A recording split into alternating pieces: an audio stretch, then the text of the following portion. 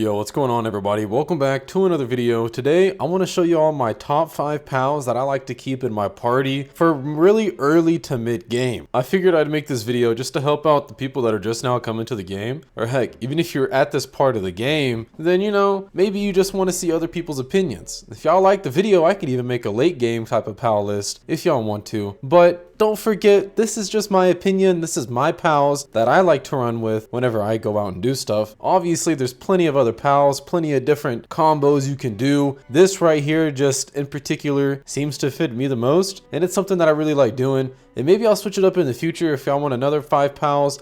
I got you. But one last thing before we get into the video, I just want to say I love y'all. I seen all the comments y'all were putting on the video, like this one right here, and this one, and even this one.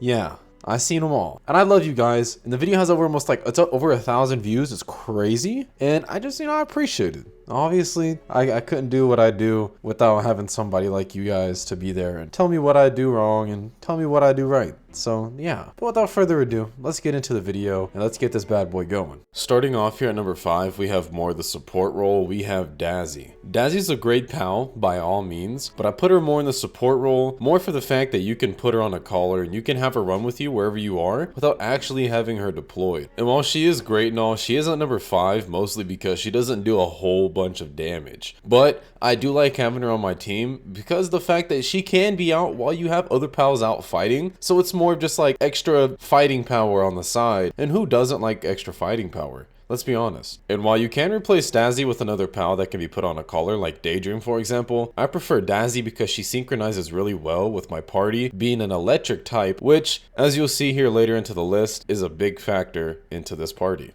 And another reason she is down at the bottom of the list, because while she is really great and all, if you do want to breed her, 90% of Dazzys you find are going to be female. That's just how the pals, I guess that's how they work. And if you know anything about breeding, if you've watched Animal Planet with your grandparents, you need a man and a woman to be able to make a baby. Well, maybe not anymore. I don't know how it works nowadays, but that's how it usually is. But either way, if you find one with a good passive, you should be all good to go. Dazzys usually come with good passives. I haven't caught a lot of them that have bad passives, and I do find an abundance of them. They're not hard to find, but they are nice to have on your team. Coming in here at number 4, we have Univolt filling in for the transportation role. The map in this game is freaking huge, so having a transportation pal in your party is going to help you out a lot. You can fast travel, but just running around from like one place to another, you're going to need someone or something, I guess, that you can really ride to make it a lot faster to get there. There definitely are other pals you can use, like a Dire Howl for example, to be able to ride around on, but for the theme that we have going on here with electric type pals, Univolt really just kind of takes the cake with it. And even if it wasn't for a certain theme, the Univolt is just leaps and bounds better than the Dire Howl. He's faster. Even if it's not by a whole bunch, he definitely is faster. But the main thing that I like the most is how the Univolt has just a bigger jump than the Dire Howl. So if you come up on a rocks and you don't want to get off, you can just jump. The Dire Howl, you have to get off, climb, recall, throw him back out. It doesn't sound like a big deal until you finally get over it and you find something better and you're like, dang, I can't go back. Another big thing that I like about the Univolt is its damage and its moves that it has. It has a big move called a shockwave, which I think really comes in handy, especially whenever you're going up against a big group of people. If you're running around and you run into a group of thugs, shockwave is just something you press it, you don't got to get off your pal, you don't got to call in another pal, you don't got to do none of that. You press it maybe 2 times and they're almost dead, or they are dead. And the same thing for other pals too. If you want to catch a pal, run up on them, use your shockwave, boom, either they're low, you can catch them. I wouldn't use this as a main source of damage, especially out of my other pals that I have coming up here, but it is something nice to have. It's not a bad source of damage, especially with this next pal coming up. It'll make a lot more sense. Coming in here at number 3, we're gonna have Sparkit. Sparkit is my booster, and I have him here at number 3 because he plays a very important role. What exactly is a booster and why is it so important, you may be asking? Well, a booster allows my pals to do more damage, and Sparkit here boosts the damage of electric type pals. See, this is where it all comes around now. Most of our pals have been electric type, and with Sparkit coming in and boosting their damage, it just makes it even better. While Sparkit's position and his role in the group is very important, there's a reason that he's only 3 and he's not top 2, and that's because his damage just really isn't there. He does have good damage, but when compared to the top 2 pals that we have, he doesn't do enough. But he is good as like a very backup situation, but at the same time, we really just need him to be there to help boost everybody else. He's basically the morale of the team, and that's all we need him for. I'd go as far to say that even if you're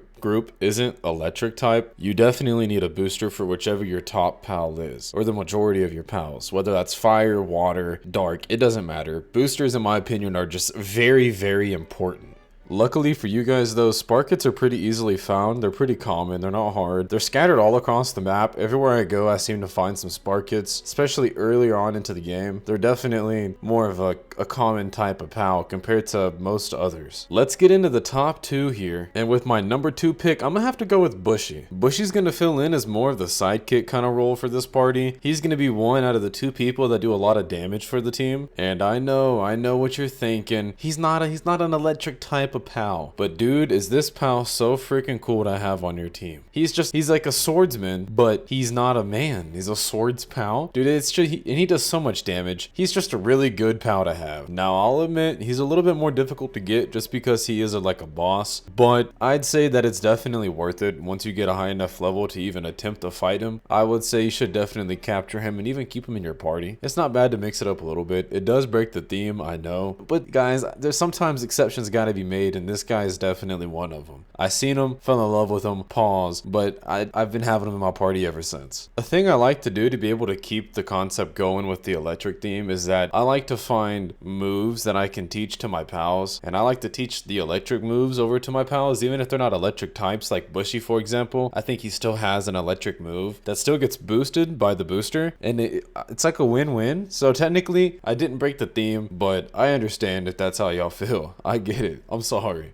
At number 1, we have the main character. You have the dude that's going to be the one that does almost all the fighting for you, unless you decide to pick the sidekick. Either way is fine. But this guy, for me, is just going to have to be my Jolthog. I like everything about this pal. Luckily, I found the shiny version, or the lucky version, and he's big, he's huge, and he does a little bit more damage. But everything about the pal, down to just how it looks, I think is just so cool. I love the little special ability you can do if you buy the gloves. You can throw him like a grenade, which is just borderline OP compared to a lot of the other interactive ones. This one never misses unless it's my fault, and when it hits, it has the potential to just knock out an entire raid, an entire invasion, an entire camp, even if you can get them all together. Jolthog is for sure going to be the one that I throw out if I need a heavy hitter. He's going to be that main guy that I always just kind of use, especially in boss fights. Maybe when I'm like fighting camps, I'll switch it up a little bit. But when it comes to like those big fights where I don't know if I could win it, he's definitely going to be the one that goes out there first. And when I have to pull him in because he's getting a little low, I throw Bushi out, the sidekick, and it just kind of works really nice. I know it's crazy having Jolthog here at number 1. It seems like, wow, because he doesn't really come off as one of those pals that are just kind of OP.